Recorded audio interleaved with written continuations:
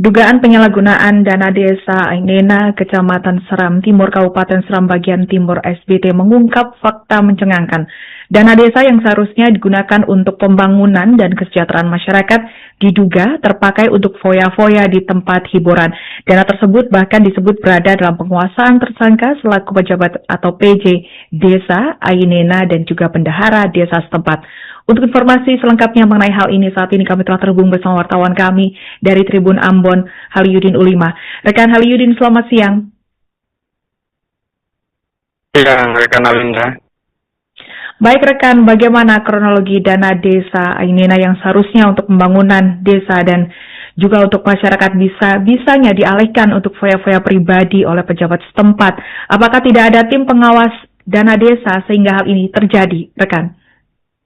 Ya, baik, terima kasih rekan Alinda. Dapat kami sampaikan bahwa memang fakta penyalahgunaan dana desa dan alokasi dana desa administratif Ainena itu bermula sejak tahun 2021, di mana saat itu Muhammad Ansar Kakat yang ditunjuk sebagai pejabat kepala desa Ainena berdasarkan surat keputusan langsung oleh Bupati Seram bagian Timur, yakni Fahri Husni Al-Katiri dengan nomor suratnya 146 tahun 2021 Tribuners. Setelah menjabat, ia kemudian menunjuk Enci Safrin Kakat sebagai Kepala Urusan Keuangan atau Bendahara Desa Ainena pada Agustus 2021 lalu. Sejak pengelolaan dana desa dan alokasi dana desa periode 2021 hingga 2023, Desa Ainena sendiri menerima anggaran dengan total sebesar 3.157.514.088 rupiah. Namun dalam praktiknya Tribuners, dana yang telah dicairkan tersebut tidak dikelola sesuai mekanisme perencanaan, kemudian pelaksanaan serta pertanggungjawaban keuangan desa sebagaimana diatur dalam peraturan perundang-undangan begitu. Dana desa yang seharusnya digunakan untuk menjalankan program pembangunan fisik dan non-fisik justru disimpan dan dikuasai langsung oleh pejabat terkait bersama bendaharanya.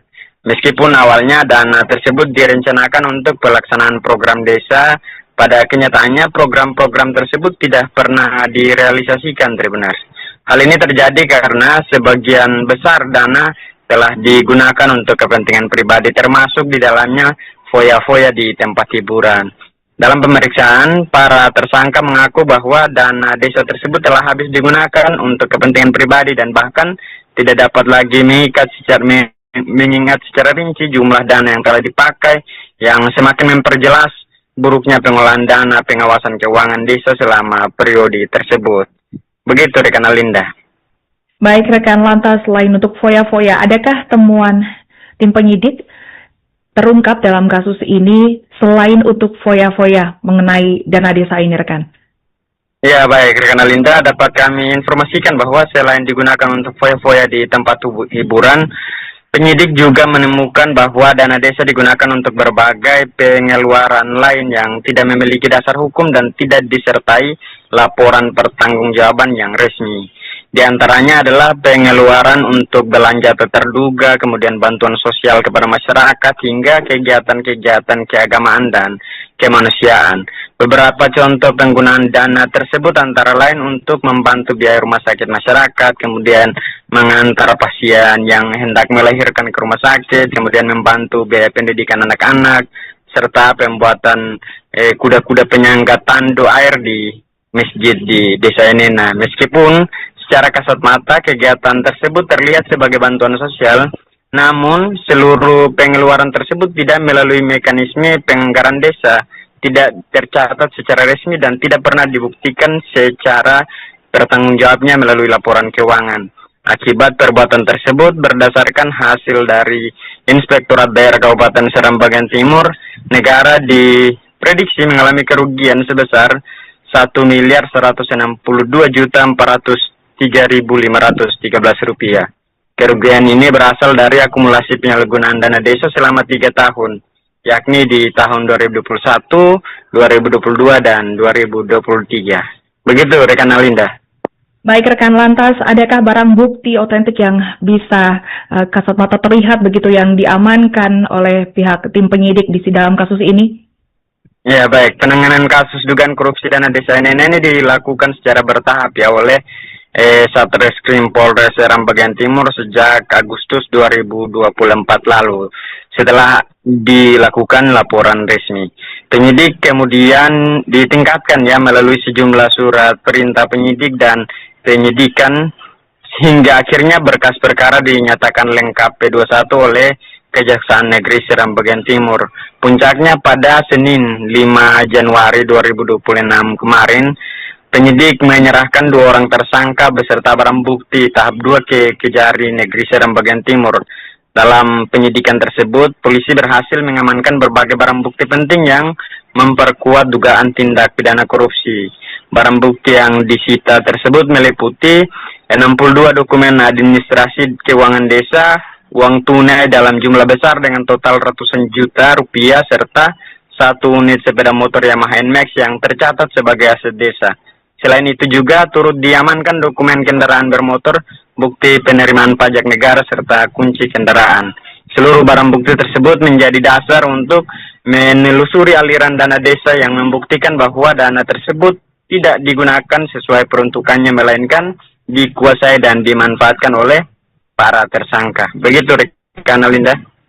Baik, lantas mengenai hukuman yang dijatuhkan kepada terduga pelaku, apakah sudah diputuskan oleh tim kepolisian atau penyidik masih melakukan penyelidikan menyeluruh dalam kasus ini, rekan? Ya, baik rekan Alinda, bahwa hingga saat ini putusan hukum terhadap para tersangka belum dijatuhkan karena perkara masih berada pada tahap penuntutan dan akan diproses lebih lanjut di persidangan. Meski demikian, status hukum para tersangka telah jelas, yakni sebagaimana tersangka tindak pidana korupsi dengan ancaman hukuman berat. Para tersangka dijerat dengan pasal 2 ayat 1 dan atau pasal 3 Undang-Undang Republik Indonesia nomor 20 tahun 2021 tentang pemberantasan tindak pidana korupsi yang mengatur tentang perbuatan memperkaya diri sendiri atau lain yang merugikan keuangan negara serta penyalahgunaan keuangan. Demikian rekan Alinda.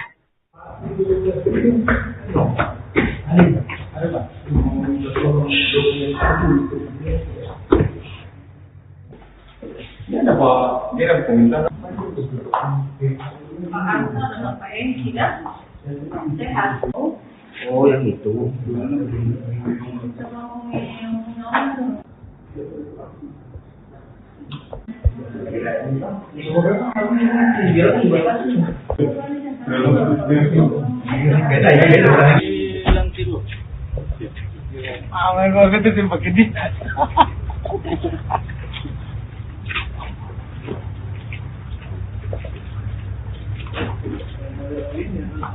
Warahmatullahi wabarakatuh.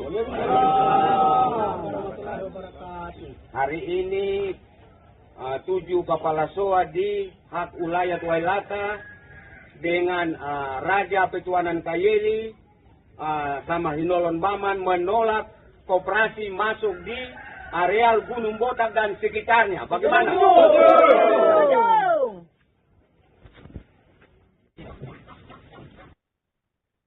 Ahli waris Bubator Pito Walata, Walata 7 Kepala SOA Walata bersama Raja Petuanan Kaili memasang sasi adat atau tanda larangan dan spanduk di sejumlah titik jalur menuju kawasan tambang emas ilegal Gunung Botak, Kabupaten Buru. Salah satu titik pemasangan berada di jalur D, Dusun Wan Said, Desa Dava, Kecamatan Wailata. Dan spanduk itu berisi mengenai pernyataan bahwa Bubator Pito Walata 7, Kepala SOA Walata, merupakan pemimpin wilayah pemerintahan adat di masa ke masa. Untuk informasi selengkapnya akan disampaikan wartawan kami yang telah terhubung dari Tribun Ambon, Umi Dalila Termaut. Rekan Umi, silakan laporan Anda. Baik, terima kasih rekan Alinda dan selamat siang Tribuners. Saya Umi Dalila Termaut melaporkan langsung dari Kota Namlea, Kabupaten Buru, Provinsi Maluku, bahwa masyarakat adat yakni ahli waris Bupator Pito Walata, 7 Kepala SOA Walata bersama Raja Petuanan Kaili yakni Fandi Ashari Wael memasang sasi adat atau tanda larangan dan spanduk di sejumlah titik jalur menuju kawasan tambang emas ilegal Gunung Botak, Kabupaten Buru.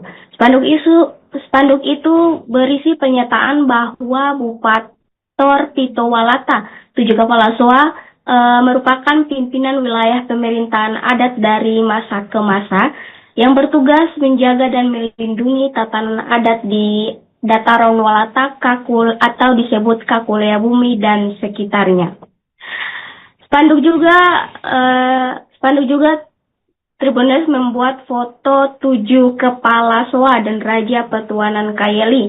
Mereka juga menjelaskan bahwa hingga saat ini pemerintahan adat Bupator Pito Walata, 7 kepala SOA tidak pernah dilibatkan dalam pembahasan terkait pengelolaan tambang emas di Gunung Botak.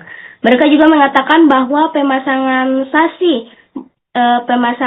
sasi bahwa tersebut merupakan sikap resmi terhadap pemerintahan adat. Meski demikian, pihaknya menyatakan tetap mendukung program pemerintah daerah. Mereka menyebut pemerintah patut diapresiasi karena berupaya mengubah aktivitas tambang ilegal menjadi legal. Namun, mereka menekankan adanya syarat yang harus dipenuhi.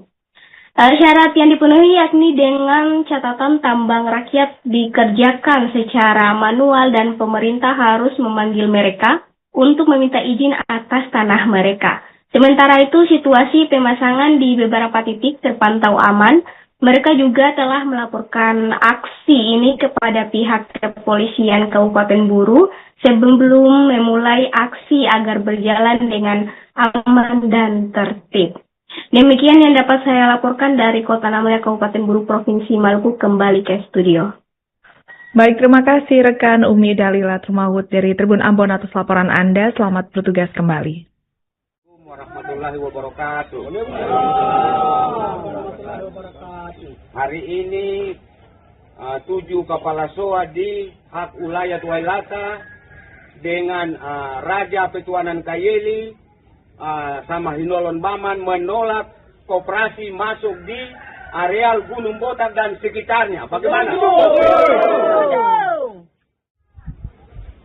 Untuk nawalalan hanginannya kita mau pang-panduk beliau hangin dasar Bupator Pito Walata 7 kepala SOA. Ada pang-panduk karena menurut betul koperasi, tapi menurut kami ketompung PT ini dari turun temurun. Jadi dari zaman bapak sampai kakak dengan 5 buah ketel yang letak 3 buah ketel ada letak di Gunung Botak. Ketel Wailan, ketel Surat Lahin, ketel Alokusa. Jadi 3 buah ketel yang tertempel di wilayah Gunung Botak, 2 buah ketel ada di belakang wilayah Gunung Botak. Ini dari waktu zaman dahulu. Katong masih kerja petani, katong kerja dengan kayu putih. Sampai dunia hari tadi tambang ada bukan ini baru bisa kerja dengan tambang. Ini hak makan dari turun timur bahwa katong 7 Bupator Pito Walata, 7 kepala SOA itu pun hak makan di Gunung Botak. Jadi Pak, mungkin bisa jelaskan terkait dengan batas ketel yang terdapat di Gunung Botak itu, batas selatan dengan siapa, barat dengan siapa, utara dengan siapa? Itu perbatasan itu dari selatan bagian batas Kayeli dengan Wailata itu katong mereka tahu. Dan juga Oke Pak, Beta punya pertanyaan, apakah Bapak dong sudah dapat berbicara dengan sejauh ini nih, sejauh dong penyisiran, apakah Bapak dong berbicara dengan pemerintah daerah ke belum? Atau memang pernah baku dapat dengan pemerintah daerah ke belum? Jadi memang terkait dengan pemerintah daerah itu tokoh adat semua sudah berbicarakan dan sudah pernah bertemu. Tetapi selama ini mulai dengan adanya emas dia timbul di Gunung Botak, Kakulea Bumi, untuk Bupator Pito Wailata, 7 kepala SOA yang di Wailata dan Raja Kayeli maupun Hinolon Baman ini belum pernah dihubungi dan tidak pernah sama sekali disosialisasikan. Sehingga dengan hari ini penolakan dari Bupator Pito Wailata, 7 kepala SOA, Raja Petuanan Kayeli dan Hinolon Baman bahwa koperasi tidak boleh masuk di Gunung Botak dan sekitarnya, Kakulea Bumi. Masalah masuk dan tidak, kami selaku masyarakat juga menghargai dan menjunjung tinggi program pemerintah, terutama pemerintah daerah. Itu kami sangat salut tinggi. Tetapi dengan bagaimana caranya sehingga dari pemerintah daerah juga harus tahu dan harus paham itu Bupati Pito Wailata dan Jo Pecuanan Kayeli dan Hinolon Baman seperti apa. Maka sekitar Wailata, Pecuanan Kayeli, Hinolon Baman tidak sepakat jelas menolak koperasi masuk di Gunung Botak. Sehingga tadi saya jelaskan bahwa selama ini kami dengar bahwa orang menyanyi, orang kampanye bahwa ada koperasi masuk di Gunung Botak. Tetapi lain tokoh adat itu kami tidak tahu menang. Tetapi kami selaku 7 kepala so yang ada di Dataran Wailata, Raja Pecuanan Kayeli belum pernah ditemukan dan belum pernah sosialisasi secara langsung dengan kami maupun masyarakat setempat. Memangnya ini memang betul program pemerintah dalam arti Gunung Botak tadinya itu ilegal, lalu dilegalkan oleh pemerintah. Kami sangat salut itu karena Gunung Botak dilegalkan, tapi dengan catatan tambang rakyat kerja manual seperti itu.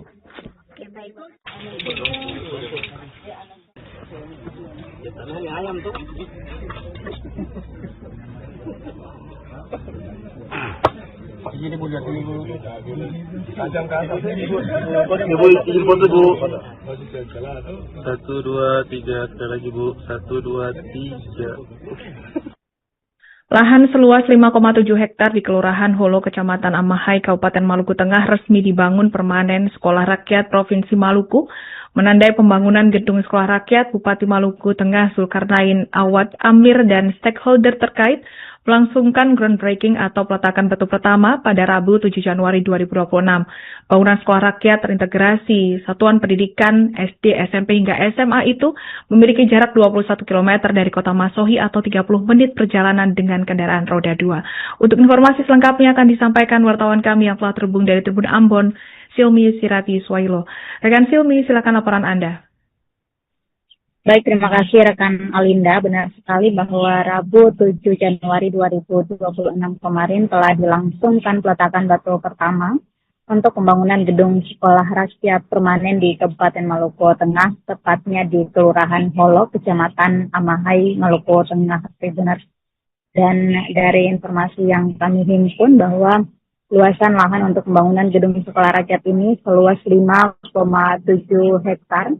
Dan dibangun di Kelurahan Holo yang mana terletak di sekira 21 km dari ibu kota Kabupaten Maluku Tengah, Kota Masohi, atau 30 menit perjalanan dengan kendaraan roda 2. Dan dari informasi yang kami juga bahwa target penyelesaian pembangunan sekolah rakyat di Kabupaten Maluku Tengah yaitu 240 hari kalender atau dimulai dari Desember 2025 dan ditargetkan bakal rampung pada Juni 2026 ini. Dan memang benar bahwa peletakan batu pertama kemarin dihadiri oleh Bupati Maluku Tengah Zulkarnain Awad Amir, juga Kepala Satuan Kerja Pelaksanaan Prasarana Strategis Provinsi Maluku Ibu Konile Lapari, dan juga konsultan, kemudian penyedia jasa ataupun kontraktor yang bakal mengerjakan sekolah rakyat ini turut hadir untuk prosesi peletakan batu pertama atau groundbreaking di Kelurahan Holo pada Rabu 7 Januari kemarin. Dan dalam sambutannya, Tribuners, bahwa Bupati Maluku Tengah Zulkarnain Awad Amir mengapresiasi langkah yang diambil oleh Presiden Prabowo, maksud kami, untuk program sekolah rakyat ini, di mana dia meyakini bahwa program tersebut menjangkau ataupun meliputi keberlangsungan untuk menjaga kualitas anak bangsa ke depannya, begitu Tribuners. Dan selain itu, Bupati Maluku Tengah itu juga mengharapkan ataupun meminta semua pihak untuk bahu-membahu agar mendorong ataupun mensupport dibangunnya sekolah rakyat ini hingga rampung dan digunakan untuk ke depannya, begitu Tribuners. Kemudian selain itu juga Bupati Maluku Tengah menyatakan bahwa dibangunnya sekolah rakyat ini sebagai wujud dari cita Presiden Prabowo, yang mana guna memberikan pendidikan yang inklusif dan juga merata maksud kami bagi anak-anak Indonesia, khususnya anak-anak di Kabupaten Maluku. Dan sekedar informasi Alinda dan Tribuners bahwa di Kabupaten Maluku Tengah sendiri telah berlangsung proses ataupun realisasi program sekolah rakyat. Baik, terima kasih rekan Silmi Sirati Swahilo dari Tribun Ambon atas laporan Anda. Selamat bertugas kembali.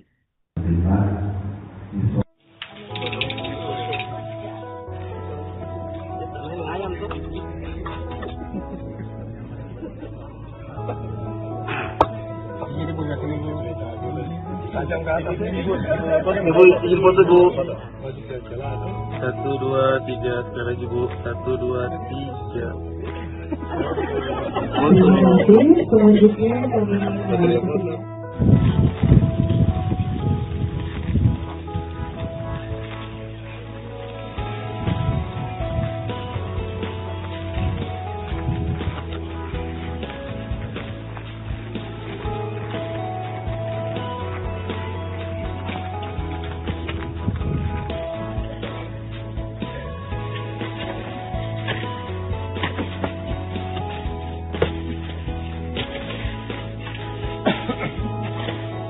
Bandi 1522 Marsudi, Kasatgas Pelaksana Prasarana Strategis Maluku, Kepala Dinas Sosial Kabupaten Maluku Tengah, Kepala Dinas Pekerjaan Umum Kabupaten Maluku Tengah, Kepala Dinas Pendidikan Kabupaten Maluku Tengah, dan PPK Pelaksanaan Prasarana Strategis Maluku.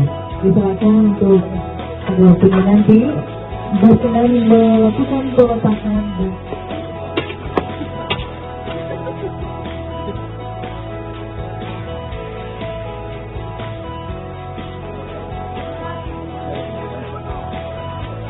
ya, baik, Bapak dan Ibu, sesi foto akan kami pandu dalam hitungan 1, 2, 3. Sekali lagi mohon izin 1, 2, 3. Sekali lagi dengan posisi tangan.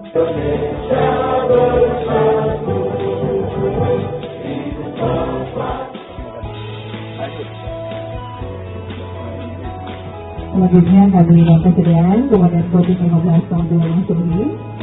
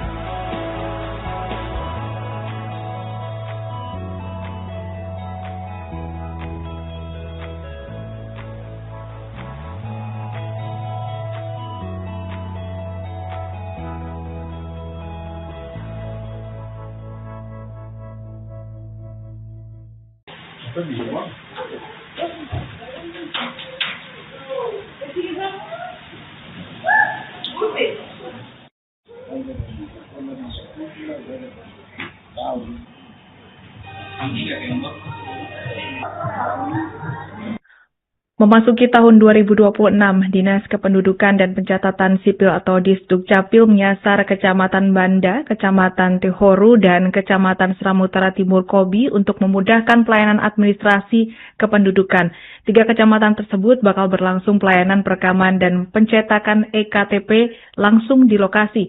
Tentu hal ini menjadi kabar gembira bagi warga Maluku Tengah di 3 lokasi tersebut, mengingat mengenai kendali yang cukup jauh dari ibu kota kabupaten di Kota Masohi. Untuk informasi selengkapnya akan disampaikan wartawan kami yang telah terhubung dari Tribun Ambon, Silmi Sirati Swailo. Rekan Silmi, silakan laporan Anda. Baik, terima kasih rekan Alinda. Selamat siang. Tribuners, selamat benar bahwa saat ini di Kabupaten Maluku Tengah, khususnya untuk Dinas Kependudukan dan Pencatatan Sipil, digalakan program baru di 2026 ini, Tribuners, di mana memudahkan pelayanan administrasi kependudukan atau Adminduk di Kabupaten Maluku Tengah yang menyasar 3 kecamatan di wilayah Kabupaten Maluku Tengah, yakni Kecamatan Tehoro, Kecamatan Banda, dan juga Kecamatan Serang Utara Timur Kobi, Tribuners. Dan sebagai informasi bahwa memang 3 kecamatan ini dikategorikan sebagai wilayah yang cukup jauh rentang kendalinya dari ibu kota Kabupaten Maluku Tengah, yakni di Kota Masohi. Semisal untuk Kecamatan Banda atau Kepulauan Banda sendiri, membutuhkan perjalanan sekira 8 jam hingga 12 jam menggunakan moda transportasi laut dari Maluku Tengah ke Kepulauan Banda. Kemudian dari Serang Utara Timur Kobi sendiri membutuhkan perjalanan sekira 8 jam kendaraan jalur darat dengan biaya yang cukup fantastis, yakni di angka ratusan ribu per sekali jalan per orang. Kemudian dari Kecamatan Tehoro di selatan Pulau Serang Maluku Tengah sendiri memang membutuhkan waktu 2 jam perjalanan, namun dengan biaya di angka ratusan ribu rupiah per orangnya. Dan atas hal tersebut, Dinas Kependudukan dan Pencatatan Sipil mempermudah pelayanan administrasi kependudukan untuk masyarakat di 3 wilayah tersebut. Dan terkonfirmasi langsung dari Kepala Dinas Kependudukan dan Pencatatan Sipil, Ibu Siti Hubna Somena, kepada Tribun Ambon, tepatnya pada Kamis 8 Januari 2025 kemarin, bahwa pelayanan ini digalakan untuk berlangsung pada beberapa waktu ke depan, dan pada pekan ini telah dikoordinasi untuk mempersiapkan segala peralatan yang dibutuhkan guna melakukan perekaman juga pencetakan EKTP langsung di lokasi, begitu Tribuners. Dan dari informasi yang disampaikan oleh Kepala Dinas juga bahwa kedepannya akan ditargetkan untuk penambahan wilayah agar pelayanan perekaman dan juga cetak KTP bisa dilakukan di masing-masing lokasi kecamatan di Kabupaten Maluku Tengah. Kemudian dari informasi yang disampaikan oleh Kepala Dinas juga, beliau menyampaikan bahwa pelayanan administrasi kependudukan menjadi tantangan tersendiri lantaran Kabupaten Maluku Tengah memang memiliki jumlah penduduk yang cukup banyak, yakni saat ini tercatat di angka 430 ribuan lebih jumlah penduduk di Kabupaten Maluku Tengah sebagai kabupaten tertua di Provinsi Maluku. Dan memang dalam persentase tiap tahunnya dikatakan bakal mengalami penurunan persentase untuk keberhasilan dari proses administrasi kependudukan sendiri lantaran adanya penduduk yang memasuki usia wajib untuk ber-KTP atau memasuki usia 17 tahun, begitu Alinda. Dan sebagai informasi untuk Alinda dan Tribuners bahwa Kabupaten Maluku Tengah sendiri memiliki topografi wilayah kepulauan yang cukup luas, di mana ada beberapa pulau yang terpisah ataupun tidak sepulau dengan ibu kota Kabupaten Kota Masohi, semisal di Pulau Saparua, kemudian Pulau Nusa Laut, ada Kepulauan Banda, dan juga ada Pulau Haruko, begitu Alinda dan Tribuners. Demikian Alinda, laporan yang bisa dilaporkan dari Kota Masohi, Maluku Tengah. Kembali ke rekan Alinda. Jadi untuk program Dinas Kependudukan dan Pencatatan Sipil ke depan di tahun 2026 ini, seperti tahun-tahun sebelumnya, karena kita adalah OPD pelayanan publik, di mana Maluku Tengah kalau permasalahan administrasi kependudukan dia tidak pernah selesai. Kita berupaya untuk minimalisir berbagai kendala yang dihadapi oleh masyarakat pada saat mereka akan melakukan pengurusan administrasi kependudukan. Sebagian akan terjawab di 2026 dengan adanya kebijakan Pak Bupati untuk beliau menghadirkan pelayanan KTPL di kecamatan. Jadi bukan saja perekaman, tapi sampai dengan kepemilikan KTPL. Itu kita oleh Pak Bupati kita menyiapkan 3 titik, yaitu di Kecamatan Banda, Kecamatan Tehoru, dan Kecamatan Seram Utara Timur Obi. Dan ini kita baru selesai rapat untuk menyiapkan peralatan itu untuk segera kita bawa ke kecamatan. Pak Bupati berharap besar untuk sesegera mungkin apa yang menjadi keinginan beliau, yaitu mendekatkan masyarakat dengan pelayanan KTP ataupun administrasi kependudukan lainnya itu segera terrealisasi. Jadi mungkin minggu ini sampai minggu depan kita sementara berkoordinasi dengan teknisi untuk menyiapkan. Kita punya peralatan. Kalau masalah perekaman kan sudah ada. Nah, ini kita lanjut lagi dengan pencetakan KTPL di kecamatan. Jadi rencana kita ke depan kita tetap menelusuri ruang Maluku Tengah di 19 kecamatan untuk kita memberikan pelayanan terbaik bagi masyarakat yang sama sekali belum memiliki data administratif kependudukan, atau mereka sudah memiliki tapi ada yang sudah expire, ada yang harus dirubah, ada yang kurang, ada yang lebih, ada yang keluarga yang harus dihilangkan, ada yang baru datang. Nah, itu yang kita harus telusuri sampai di dari keluarga ke keluarga. Selama ini kan kita melakukan pelayanan dari desa ke desa, dari kecamatan ke kecamatan. Kali ini kita upayakan untuk lebih dekat lagi dari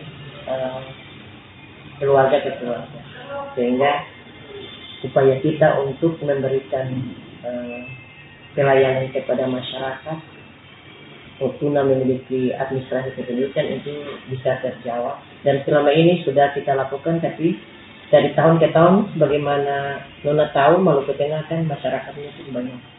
Jadi kalau kali tahun ini kita selesai sampai 90%, tapi tahun depan dia berpengaruh, akhirnya bisa turun lagi. Dari capaian presentasi 90, dia bisa turun ke 80 karena hadir pemilih pemula banyak, atau penduduk yang baru berusia 17 tahun cukup banyak. Itu dia berpengaruh. Apakah targetnya 3 kecamatan itu atau ke depan akan ada penambahan kecamatan itu? Jadi rencana untuk saat ini ya, itu hasil kemarin kita adakan di 3 kecamatan untuk 2026 ini, dan saya baru saja berkoordinasi dengan Pak Bupati, Pak Sekda, dalam waktu dekat akan ada apakah itu 1 atau 2 paket ataupun 3 paket, dengan pertimbangan kita prioritaskan untuk wilayah-wilayah yang jangkauannya jauh dari Surabaya.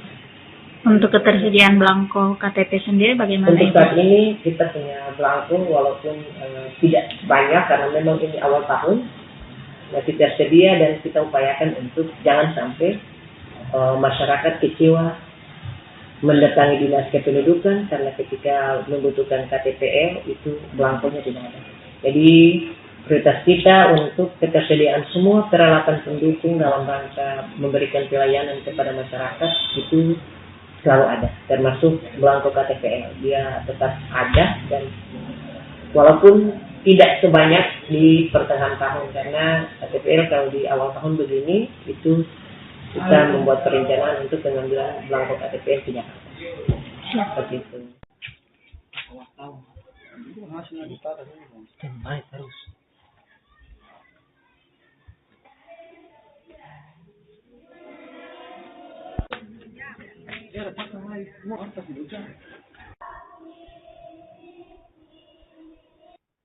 Kondisi dunia pendidikan di Kabupaten Seram Bagian Timur atau SBT kembali menjadi sorotan.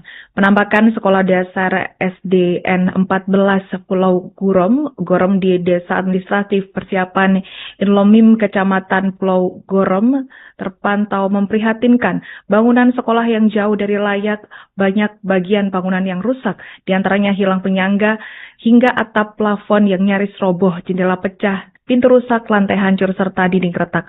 Untuk informasi selengkapnya akan disampaikan wartawan kami yang telah terhubung dari Tribun Ambon, Haliudin Ulima.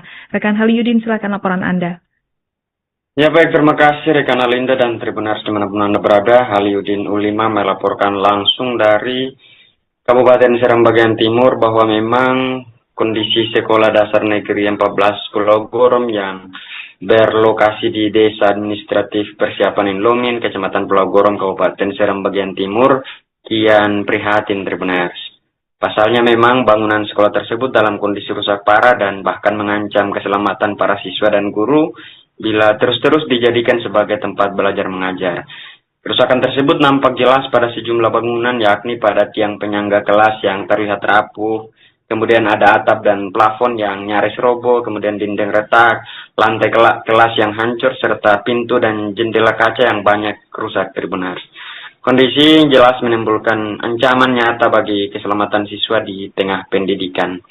Situasi semakin memburuk saat hujan turun Tribuners. Air masuk ke dalam ruangan kelas dan membasahi lantai hingga sudut ruangan. Akibatnya proses belajar mengajar sering terganggu dan tidak jarang siswa terpaksa dipulangkan karena ruang kelas tidak dapat digunakan. Salah satu guru, Ati Rumau, mengungkapkan bahwa saat hujan tiba, siswa kerap belajar sambil berdiri atau berpindah-pindah tempat untuk menghindari bagian bangunan yang bocor dan berpotensi roboh. Guru pun dihantui rasa kekhawatiran lantaran bangunan sekolah yang sewaktu-waktu ambruk saat aktivitas belajar tengah berlangsung. Selain kerusakan fisik pada bangunan, keterbatasan fasilitas penunjang pendidikan turut memperparah kondisi pembelajaran. Meja dan kursi siswa tidak mencukupi, banyak yang rusak, serta minimnya alat peraga pembelajaran membuat guru kesulitan menciptakan suasana belajar yang aman, harmonis, dan kondusif. Kondisi SD Negeri 14 Pulau Gorom ini dinilai mencerminkan lemahnya perhatian pemerintah daerah terhadap sekolah-sekolah di wilayah terpencil. Anggaran pendidikan yang digelontorkan setiap tahun dinilai belum sepenuhnya menyentuh kebutuhan paling mendasar di lapangan, khususnya perbaikan infrastruktur pendidikan. Warga setempat bersama para tenaga pendidik besar harapannya untuk pemerintah daerah dapat segera turun tangan dan melihat langsung kondisi sekolah ini. Mereka mendesak agar perbaikan gedung sekolah dijadikan prioritas utama untuk menjamin keselamatan serta masa depan pendidikan anak-anak di Pulau Gorom. Mereka menganggapan jika kondisi ini terus dibiarkan, yang terancam bukan hanya fisik pembangunan sekolah tetapi juga keberlangsungan pendidikan dan masa depan generasi muda di Maluku, khususnya di Kabupaten Seram bagian timur. Demikian rekan Alinda, Haliudin Ulima dari Kabupaten Seram bagian timur melaporkan kembali ke studio.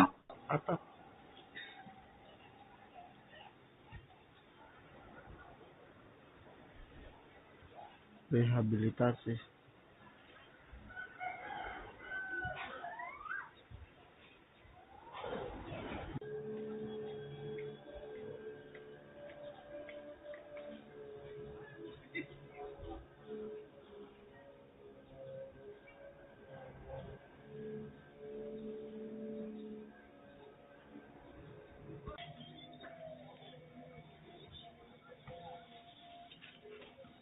Nah, tujuan pembelajaran kita pada hari ini adalah mampu menyusun program menggunakan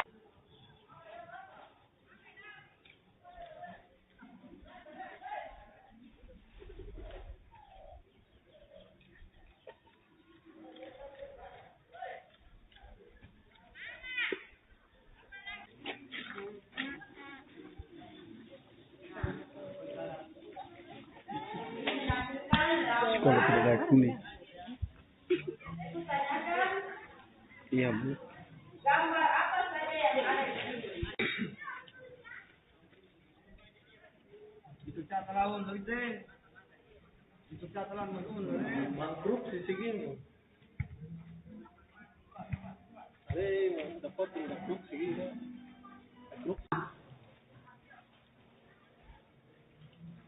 Kedua, mampu menyusun program menggunakan huruf kapital. Ada yang bisa mengerti? Yang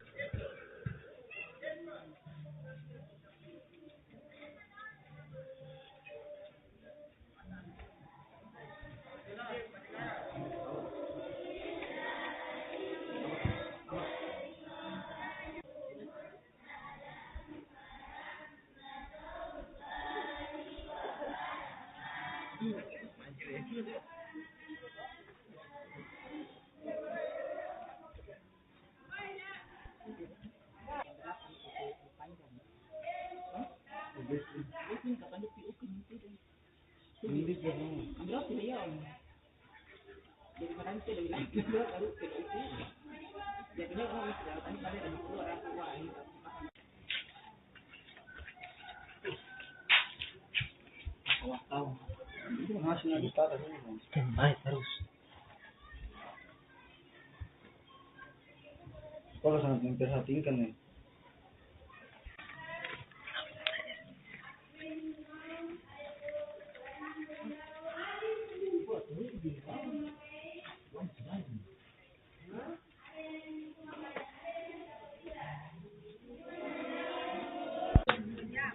Ya, pasang lagi semua udah lengket semua.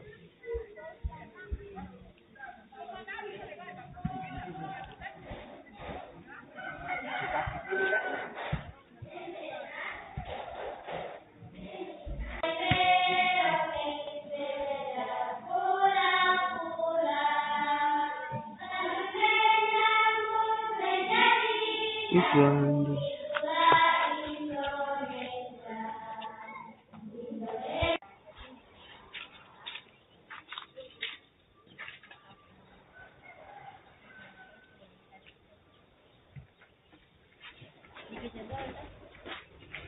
era ya subida. Ahorita si luchar.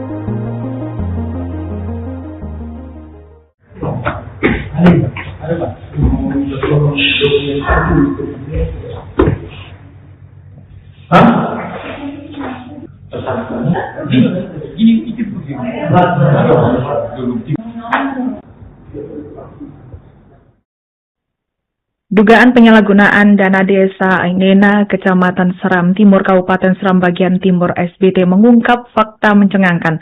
Dana desa yang seharusnya digunakan untuk pembangunan dan kesejahteraan masyarakat diduga terpakai untuk foya-foya di tempat hiburan. Dana tersebut bahkan disebut berada dalam penguasaan tersangka selaku pejabat atau PJ desa Ainena dan juga bendahara desa setempat.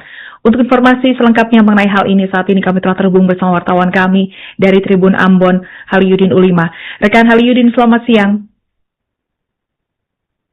Siang, rekan Alinda. Baik rekan, bagaimana kronologi dana desa Ainena yang seharusnya untuk pembangunan desa dan juga untuk masyarakat bisanya dialihkan untuk foya-foya pribadi oleh pejabat setempat? Apakah tidak ada tim pengawas dana desa sehingga hal ini terjadi, rekan? Ya, baik, terima kasih rekan Alinda. Dapat kami sampaikan bahwa memang fakta penyalahgunaan dana desa dan alokasi dana desa administratif Ainena itu bermula sejak tahun 2021.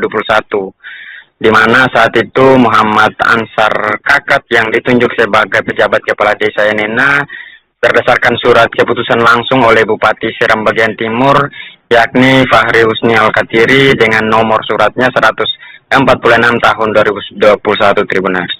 Setelah menjabat, ia kemudian menunjuk Enci Safrin Kakat sebagai Kepala Urusan Keuangan atau Bendahara Desa Ainena pada Agustus 2021 lalu. Sejak pengelolaan dana desa dan alokasi dana desa periode 2001 hingga 2003, Desa Ainena sendiri menerima anggaran dengan total sebesar 3.157.514.088 rupiah. Namun dalam prakteknya Tribuners, dana yang telah dicairkan tersebut tidak dikelola sesuai mekanisme perencanaan, kemudian pelaksanaan serta pertanggungjawaban keuangan desa sebagaimana diatur dalam peraturan perundang-undangan begitu. Dana desa yang seharusnya digunakan untuk menjalankan program pembangunan fisik dan non-fisik justru disimpan dan dikuasai langsung oleh pejabat terkait bersama bendaharanya. Meskipun awalnya dana tersebut direncanakan untuk pelaksanaan program desa, pada kenyataannya program-program tersebut tidak pernah direalisasikan, Tribuners. Hal ini terjadi karena sebagian besar dana telah digunakan untuk kepentingan pribadi, termasuk di dalamnya foya-foya di tempat hiburan. Dalam pemeriksaan, para tersangka mengaku bahwa dana desa tersebut telah habis digunakan untuk kepentingan pribadi dan bahkan tidak dapat lagi mengingat secara rinci jumlah dana yang telah dipakai, yang semakin memperjelas buruknya pengelolaan dana pengawasan keuangan desa selama periode tersebut. Begitu rekan Alinda. Baik rekan, lantas selain untuk foya-foya, adakah temuan tim penyidik terungkap dalam kasus ini selain untuk foya-foya mengenai dana desa ini rekan? Ya baik rekan Alinda, dapat kami informasikan bahwa selain digunakan untuk foya-foya di tempat hiburan, penyidik juga menemukan bahwa dana desa digunakan untuk berbagai pengeluaran lain yang tidak memiliki dasar hukum dan tidak disertai laporan pertanggungjawaban yang resmi.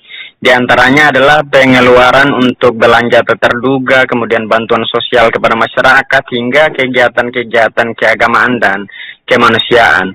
Beberapa contoh penggunaan dana tersebut antara lain untuk membantu biaya rumah sakit masyarakat, kemudian mengantar pasien yang hendak melahirkan ke rumah sakit, kemudian membantu biaya pendidikan anak-anak, serta pembuatan kuda-kuda penyangga tandu air di masjid di Desa Enena. Meskipun secara kasat mata kegiatan tersebut terlihat sebagai bantuan sosial, namun seluruh pengeluaran tersebut tidak melalui mekanisme penganggaran desa, tidak tercatat secara resmi dan tidak pernah dibuktikan secara bertanggungjawabnya melalui laporan keuangan. Akibat perbuatan tersebut, berdasarkan hasil dari Inspektorat Daerah Kabupaten Seram Bagian Timur, negara diprediksi mengalami kerugian sebesar Rp1.462.403.513. Kerugian ini berasal dari akumulasi penyalahgunaan dana desa selama 3 tahun, yakni di tahun 2021, 2022, dan 2023. Begitu rekan Alinda. Baik rekan, lantas adakah barang bukti otentik yang bisa kasat mata terlihat begitu yang diamankan oleh pihak tim penyidik di dalam kasus ini? Ya baik, penanganan kasus dugaan korupsi dana desa ini dilakukan secara bertahap ya oleh Satreskrim Polres Seram Bagian Timur sejak Agustus 2024 lalu. Setelah dilakukan laporan resmi, penyidik kemudian ditingkatkan ya melalui sejumlah surat perintah penyidik dan penyidikan hingga akhirnya berkas perkara dinyatakan lengkap P21 oleh Kejaksaan Negeri Seram Bagian Timur. Puncaknya pada Senin 5 Januari 2026 kemarin, penyidik menyerahkan 2 orang tersangka beserta barang bukti tahap 2 ke Kejari Negeri Seram Bagian Timur. Dalam penyidikan tersebut, polisi berhasil mengamankan berbagai barang bukti penting yang memperkuat dugaan tindak pidana korupsi. Barang bukti yang disita tersebut meliputi 62 dokumen administrasi keuangan desa, uang tunai dalam jumlah besar dengan total ratusan juta rupiah, serta 1 unit sepeda motor Yamaha NMAX yang tercatat sebagai aset desa. Selain itu juga turut diamankan dokumen kendaraan bermotor, bukti penerimaan pajak negara, serta kunci kendaraan. Seluruh barang bukti tersebut menjadi dasar untuk menelusuri aliran dana desa yang membuktikan bahwa dana tersebut tidak digunakan sesuai peruntukannya, melainkan dikuasai dan dimanfaatkan oleh para tersangka. Begitu rekan Alinda. Baik, lantas mengenai hukuman yang dijatuhkan kepada terduga pelaku, apakah sudah diputuskan oleh tim kepolisian atau penyidik masih melakukan penyelidikan menyeluruh dalam kasus ini rekan? Ya baik rekan Alinda, bahwa hingga saat ini putusan hukum terhadap para tersangka belum dijatuhkan karena perkara masih berada pada tahap penuntutan dan akan diproses lebih lanjut di persidangan. Meski demikian, status hukum para tersangka telah jelas, yakni sebagaimana tersangka tindak pidana korupsi dengan ancaman hukuman berat. Para tersangka dijerat dengan pasal 2 ayat 1 dan atau pasal 3 Undang-Undang Republik Indonesia nomor 20 tahun 2021 tentang pemberantasan tindak pidana korupsi yang mengatur tentang perbuatan memperkaya diri sendiri atau lain yang merugikan keuangan negara serta penyalahgunaan keuangan. Demikian rekan Alinda.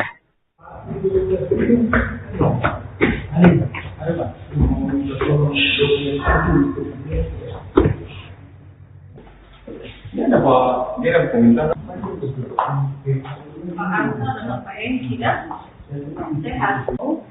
yang itu.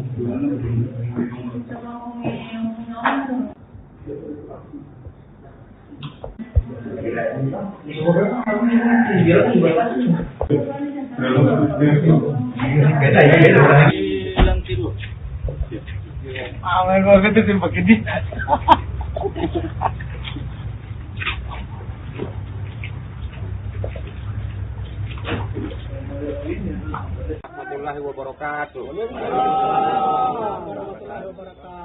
Hari ini 7 kepala SOA di hak ulayat Wailata dengan Raja Petuanan Kayeli sama Hinolon Baman menolak koperasi masuk di areal Gunung Botak dan sekitarnya. Bagaimana?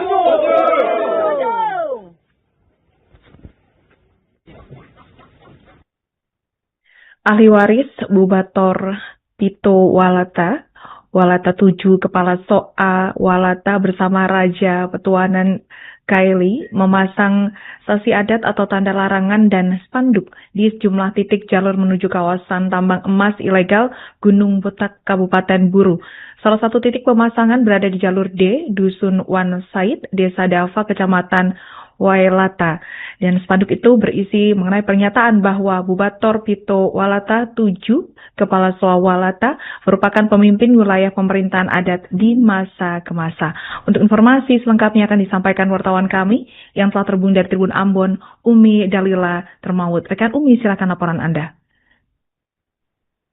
Baik, terima kasih rekan Alinda dan selamat siang Tribuners. Saya Umi Dalila Termaud melaporkan langsung dari Kota Namlea, Kabupaten Buru, Provinsi Maluku, bahwa masyarakat adat yakni ahli waris Bupator Pito Walata, 7 Kepala SOA Walata bersama Raja Petuanan Kaili yakni Fandi Ashari Wael memasang sasi adat atau tanda larangan dan spanduk di sejumlah titik jalur menuju kawasan tambang emas ilegal Gunung Botak, Kabupaten Buru.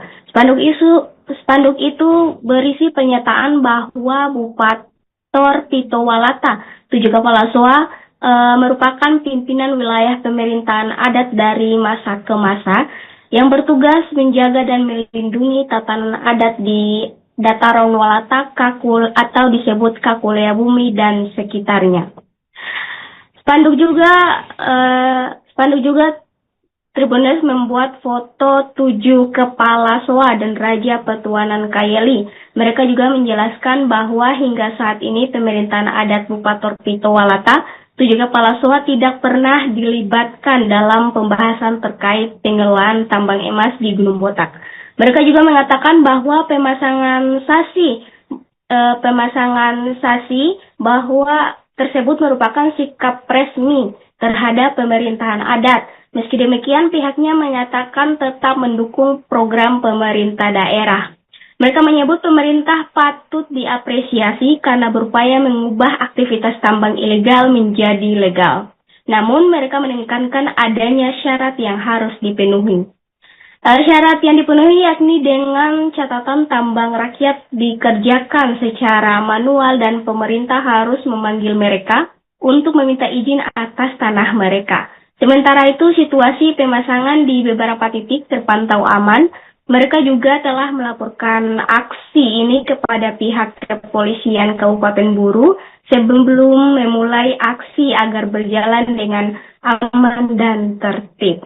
Demikian yang dapat saya laporkan dari Kota Namlea, Kabupaten Buru, Provinsi Maluku. Kembali ke studio. Baik, terima kasih rekan Umi Dalila Termaud dari Tribun Ambon atas laporan Anda. Selamat bertugas kembali. Warahmatullahi wabarakatuh.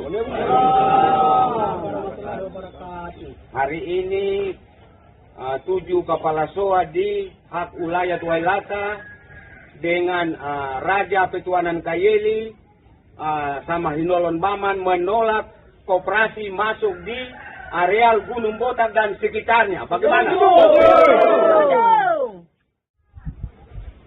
Untuk nawalalan haminan na mo pang-spanduk beliau hangin dasar Bupator Pito Walata 7 Kepala SOA. Ada pang-spanduk na karena menurut betul koperasi Tapi menurut kami, kepompong ketel ini dari turun temurun. Jadi dari zaman bapak sampai kakak dengan 5 buah ketel yang letak 3 buah ketel ada letak di Gunung Botak. Ketel Wailan, ketel Surat Lahin, ketel Alokusa. Jadi 3 buah ketel yang tertempel di wilayah Gunung Botak, 2 buah ketel ada di belakang wilayah Gunung Botak. Ini dari waktu zaman dahulu. Katong masih kerja petani, katong kerja dengan kayu putih. Sampai dunia hari tadi tambang ada betul ini baru bisa kerja dengan tambang. Ini hak makan dari turun temurun bahwa katong 7 Bubatur Pito Walata, 7 kepala suar, itu pun hak makan di Gunung Botak. Jadi Pak, mungkin bisa jelaskan terkait dengan batas ketel yang terdapat di Gunung Botak itu, batas selatan dengan siapa, barat dengan apa, utara dengan siapa? Itu perbatasan itu dari selatan bagian batas Kayeli dengan Wailata itu katong merekam. Dan juga Oke Pak, Beta punya pertanyaan, apakah Bapak dong sudah dapat berbicara dengan sejauh ini nih, sejauh dong penyisiran, apakah Bapak dong berbicara dengan pemerintah daerah ke belum? Atau memang pernah baku dapat dengan pemerintah daerah ke belum? Jadi memang terkait dengan pemerintah daerah, itu tokoh adat semua sudah berbicarakan dan sudah pernah bertemu. Tetapi selama ini mulai dengan adanya dia timbul di Gunung Botak, Kakulea Bumi, untuk Bubatur Pito Wailata, 7 kepala suku yang di Wailata dan Raja Kayeli maupun Hinolon Baman ini belum pernah dihubungi dan tidak pernah sama sekali disosialisasikan. Sehingga dengan hari ini penolakan dari Bubatur Pito Wailata, 7 kepala soa, Raja Petuanan Kayeli dan Hinolon Baman bahwa koperasi tidak boleh masuk di Gunung Botak dan sekitarnya, Kakulea Bumi. Masalah masuk dan tidak, kami selaku masyarakat juga menghargai dan menjunjung tinggi program pemerintah, terutama pemerintah daerah. Itu kami sangat salut tinggi. Tetapi dengan bagaimana caranya sehingga dari pemerintah daerah juga harus tahu dan harus paham itu Bubatur Pito Wailata dan Jou Petuanan Kayeli dan Hinolon Baman seperti apa. Sekitar Wailata, Petuanan Kayeli, Hinolon Baman tidak sepakat jelas menolak koperasi masuk di Gunung Botak. Sehingga tadi saya jelaskan bahwa selama ini kami dengar bahwa orang menyanyi, orang kampanye bahwa ada koperasi masuk di Gunung Botak. Tetapi lain tokoh adat itu kami tidak tahu menang. Tetapi kami selaku 7 kepala so yang ada di Dataran Wailata, Raja Petuanan Kayeli belum pernah ditemukan dan belum pernah sosialisasi secara langsung dengan kami maupun masyarakat setempat. Memangnya ini memang betul program pemerintah dalam arti Gunung Botak tadinya itu ilegal, lalu dilegalkan oleh pemerintah. Kami sangat salut itu karena Gunung Botak dilegalkan, tapi dengan catatan tambang rakyat kerja manual seperti itu. Oke, baik. Ayam tuh.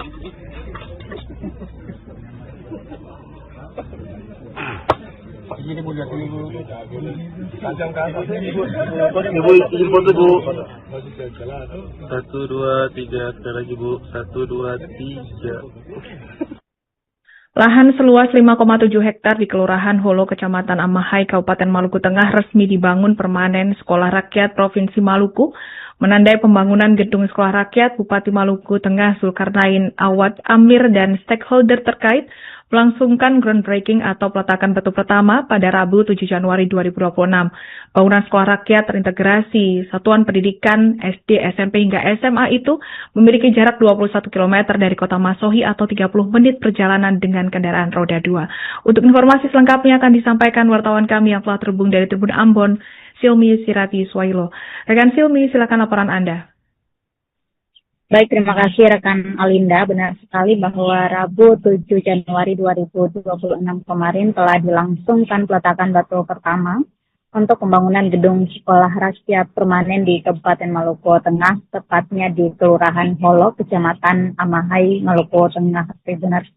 Dan dari informasi yang kami himpun bahwa luasan lahan untuk pembangunan gedung sekolah rakyat ini seluas 5,7 hektar dan dibangun di Kelurahan Holo yang mana terletak di sekira 21 km dari ibu kota Kabupaten Maluku Tengah, Kota Masohi, atau 30 menit perjalanan dengan kendaraan roda 2.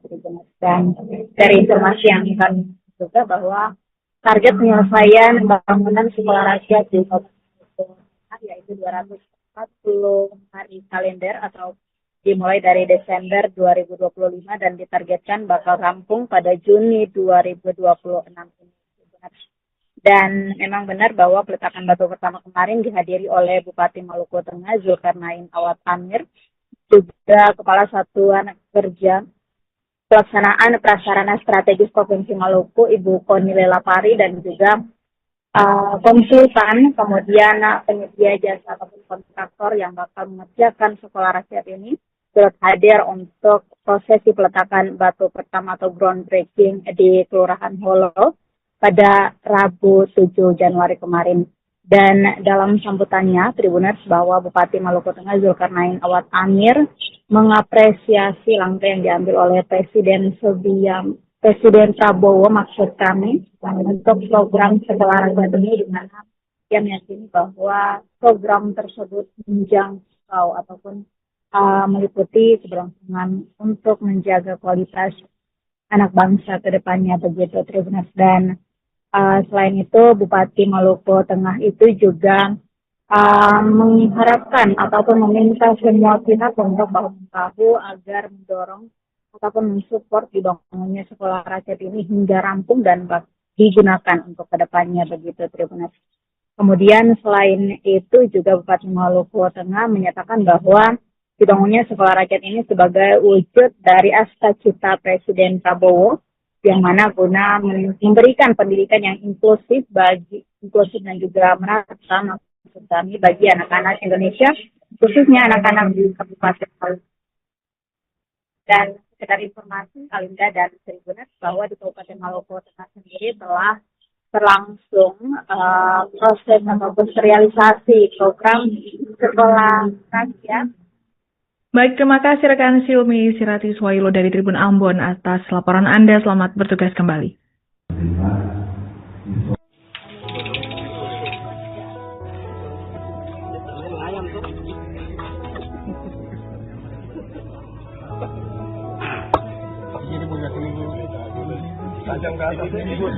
Ibu izin foto Bu. 1, 2, 3 sekali lagi Bu. 1, 2, 3. Selanjutnya kami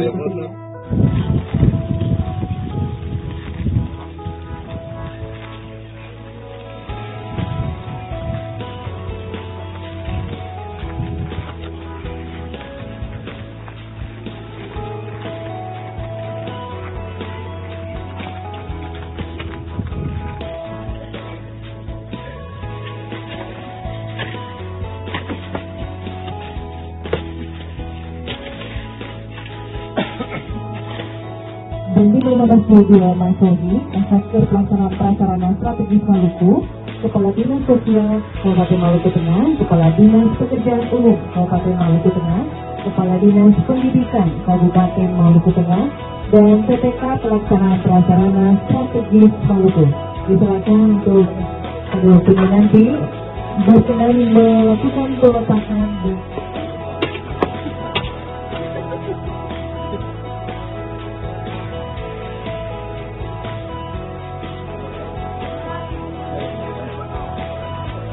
Ya, baik, Bapak dan Ibu, sesi foto akan kami pandu dalam hitungan 1, 2, 3. Sekali lagi mohon izin 1, 2, 3. Sekali lagi dengan posisi tangan.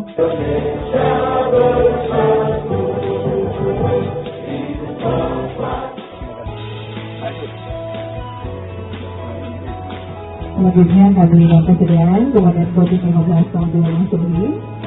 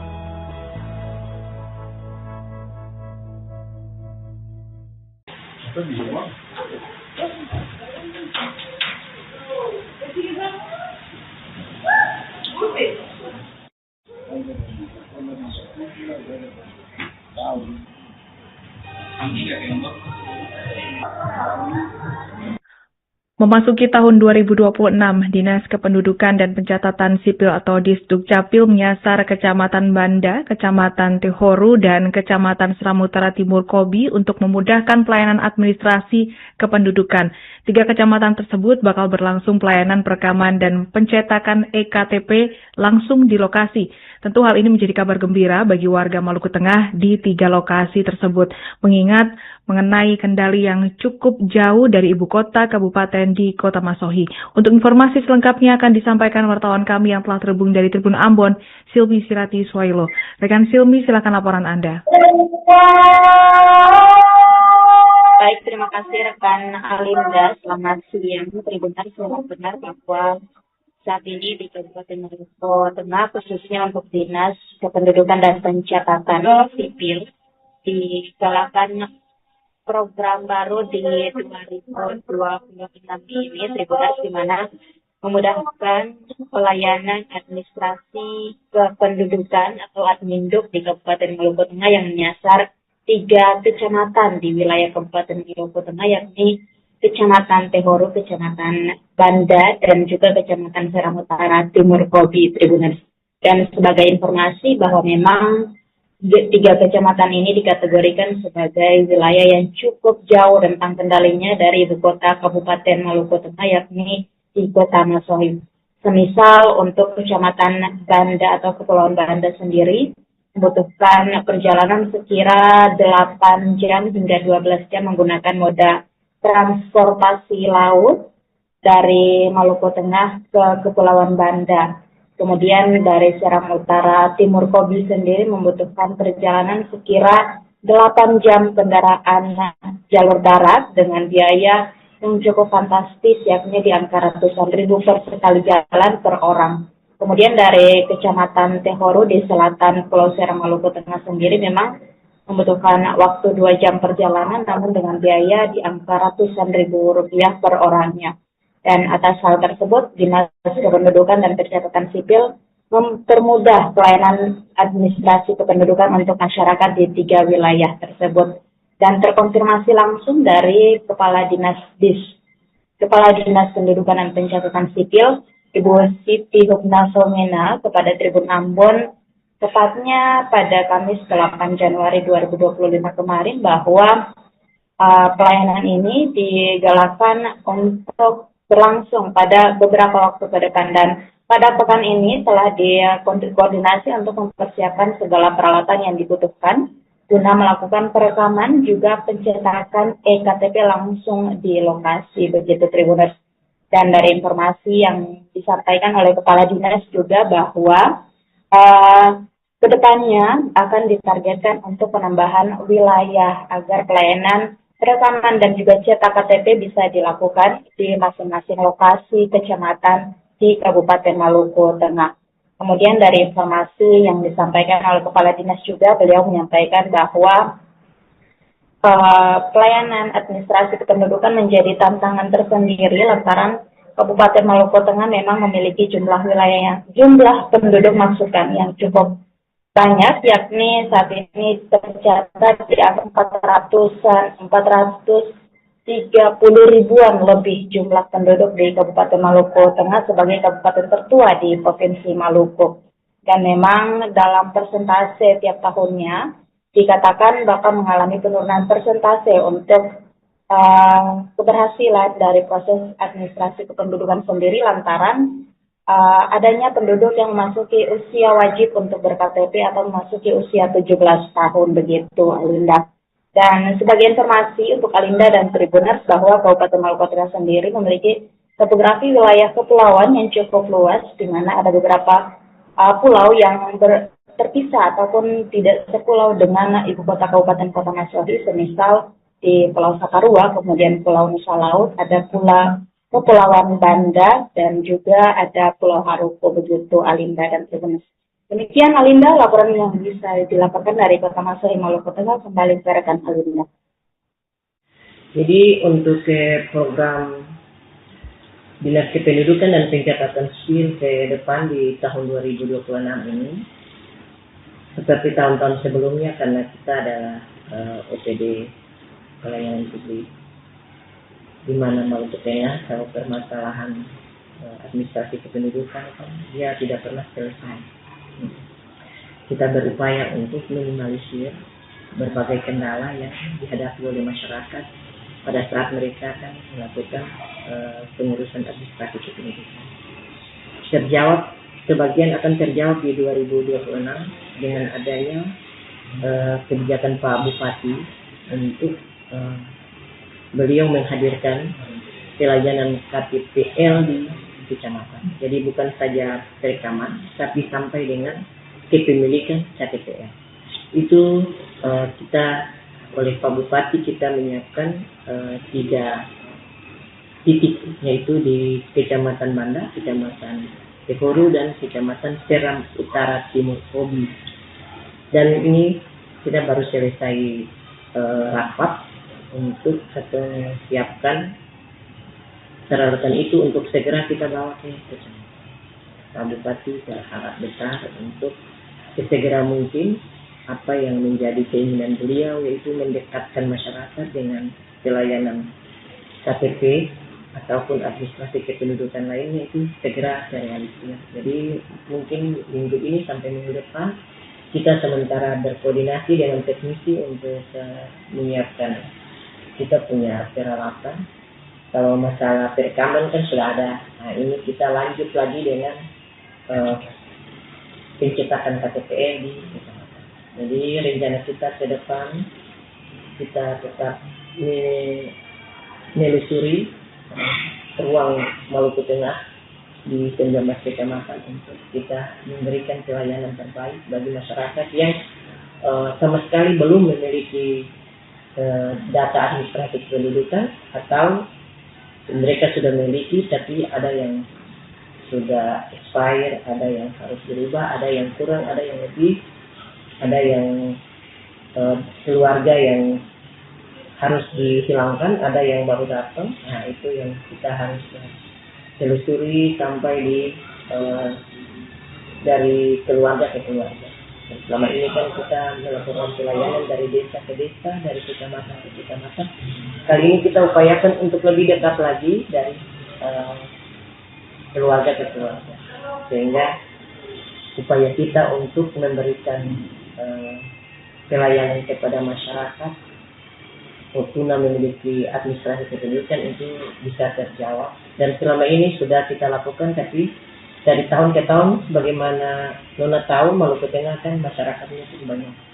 Jadi kalau kali tahun ini kita selesai sampai 90%, tapi tahun depan dia berpengaruh, akhirnya bisa turun lagi.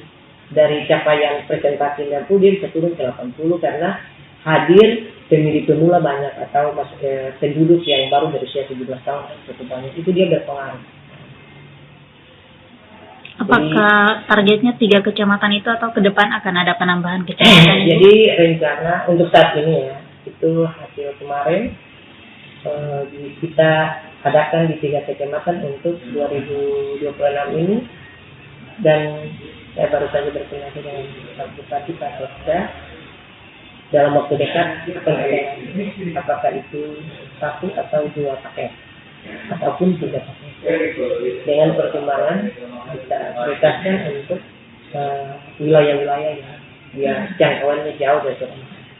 Untuk ketersediaan belangko KTP sendiri bagaimana? Untuk saat ini kita punya belangko walaupun tidak banyak karena memang ini awal tahun, masih tersedia, dan kita upayakan untuk jangan sampai masyarakat kecewa mendatangi dinas kependudukan karena ketika membutuhkan KTPL itu belangkonya tidak ada.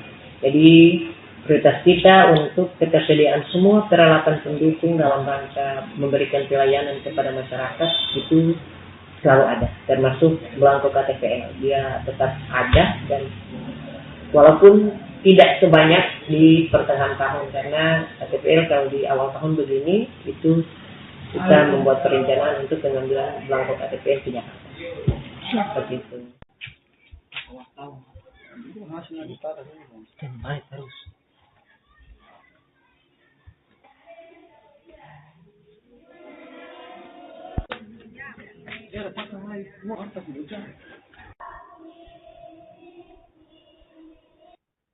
Kondisi dunia pendidikan di Kabupaten Seram Bagian Timur atau SBT kembali menjadi sorotan.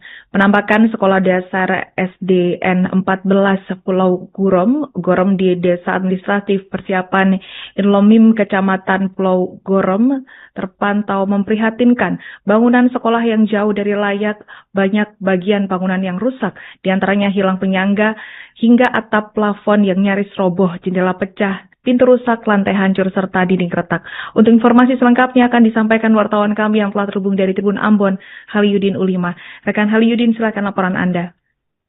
Ya baik, terima kasih rekan Alinda dan Tribuners dimanapun Anda berada. Haliyudin Ulima melaporkan langsung dari Kabupaten Seram Bagian Timur bahwa memang kondisi sekolah dasar negeri 14 Pulau Gorom yang berlokasi di Desa Administratif Persiapan Inlomin, Kecamatan Pulau Gorom, Kabupaten Seram Bagian Timur, kian prihatin Tribuners. Pasalnya memang bangunan sekolah tersebut dalam kondisi rusak parah dan bahkan mengancam keselamatan para siswa dan guru bila terus-terus dijadikan sebagai tempat belajar mengajar. Kerusakan tersebut nampak jelas pada sejumlah bangunan, yakni pada tiang penyangga kelas yang terlihat rapuh, kemudian ada atap dan plafon yang nyaris roboh, kemudian dinding retak, lantai kelas yang hancur, serta pintu dan jendela kaca yang banyak rusak Tribuners. Kondisi jelas menimbulkan ancaman nyata bagi keselamatan siswa di tengah pendidikan. Situasi semakin memburuk saat hujan turun Tribuners. Air masuk ke dalam ruangan kelas dan membasahi lantai hingga sudut ruangan. Akibatnya proses belajar mengajar sering terganggu dan tidak jarang siswa terpaksa dipulangkan karena ruang kelas tidak dapat digunakan. Salah satu guru, Ati Rumau, mengungkapkan bahwa saat hujan tiba, siswa kerap belajar sambil berdiri atau berpindah-pindah tempat untuk menghindari bagian bangunan yang bocor dan berpotensi roboh. Guru pun dihantui rasa kekhawatiran lantaran bangunan sekolah yang sewaktu-waktu ambruk saat aktivitas belajar tengah berlangsung. Selain kerusakan fisik pada bangunan, keterbatasan fasilitas penunjang pendidikan turut memperparah kondisi pembelajaran. Meja dan kursi siswa tidak mencukupi, banyak yang rusak, serta minimnya alat peraga pembelajaran membuat guru kesulitan menciptakan suasana belajar yang aman, harmonis, dan kondusif. Kondisi SD Negeri 14 Pulau Gorom ini dinilai mencerminkan lemahnya perhatian pemerintah daerah terhadap sekolah-sekolah di wilayah terpencil. Anggaran pendidikan yang digelontorkan setiap tahun dinilai belum sepenuhnya menyentuh kebutuhan paling mendasar di lapangan, khususnya perbaikan infrastruktur pendidikan. Warga setempat bersama para tenaga pendidik besar harapannya untuk pemerintah daerah dapat segera turun tangan dan melihat langsung kondisi sekolah ini. Mereka mendesak agar perbaikan gedung sekolah dijadikan prioritas utama untuk menjamin keselamatan serta masa depan pendidikan anak-anak di Pulau Gorom. Mereka menganggapan jika kondisi ini terus dibiarkan, yang terancam bukan hanya fisik pembangunan sekolah tetapi juga keberlangsungan pendidikan dan masa depan generasi muda di Maluku, khususnya di Kabupaten Seram Bagian Timur. Demikian rekan Alinda, Haliyudin Ulima dari Kabupaten Seram Bagian Timur melaporkan kembali ke studio.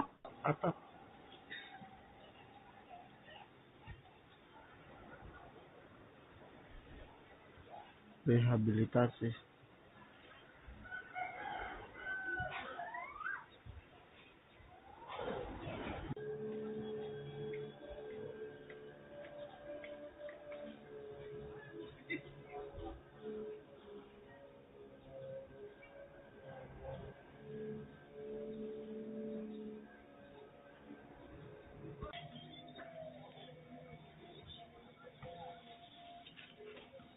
Nah, tujuan pembelajaran kita pada hari ini adalah mampu menyusun paragraf menggunakan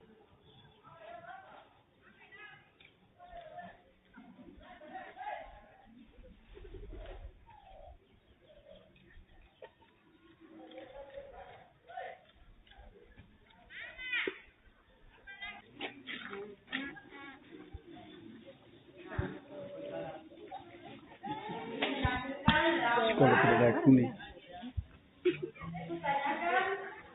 Iya, Bu. gambar apa saja yang ada di sini.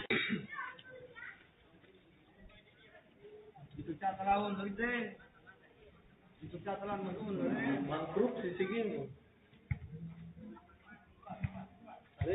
Dapat mangkruk sini.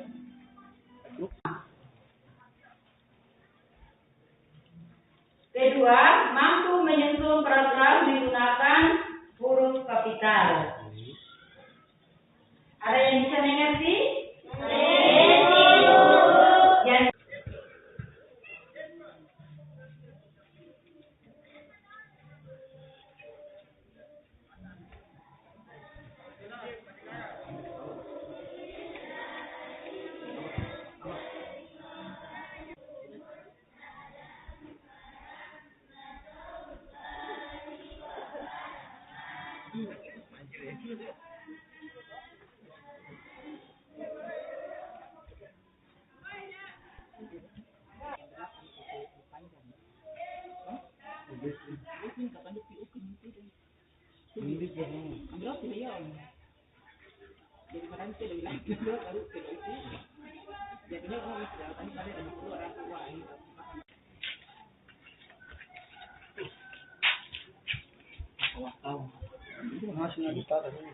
Baik terus. Kalau sangat memperhatikan nih.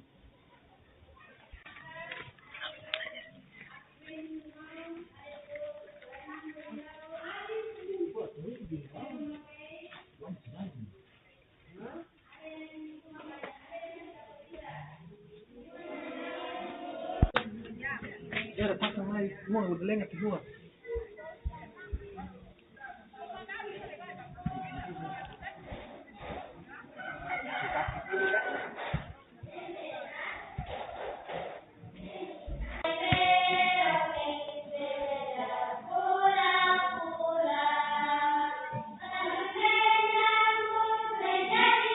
Iklan.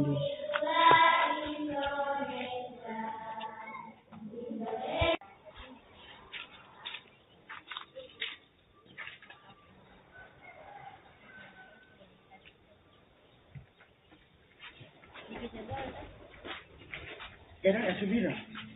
Cuarta di luchar.